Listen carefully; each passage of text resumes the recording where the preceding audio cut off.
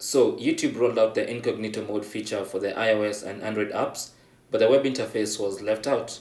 So in this video, I'll be showing you how to go Incognito mode when using YouTube on your computer.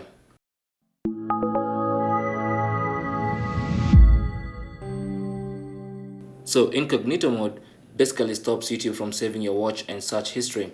That's all. So to do that on the web interface, just launch any browser and go to youtube.com. So on the left side of the YouTube page, there's a menu. If there's no menu, click on these three horizontal lines right there, and that should either make the menu appear or disappear. So on the menu, click on History.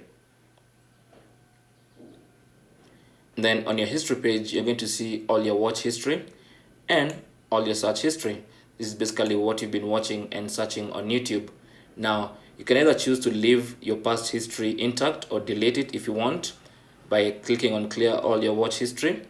But if you don't want YouTube to save your watch history in future, simply click on Pause Watch History, and that's it. Then also go to Search History, and then you can clear your past search history if you want.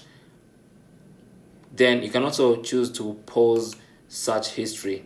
So now this basically means that YouTube will no longer save your activities on YouTube. It won't save your watch history and your search history when using YouTube on your PC or on the web interface. And that is Incognito mode.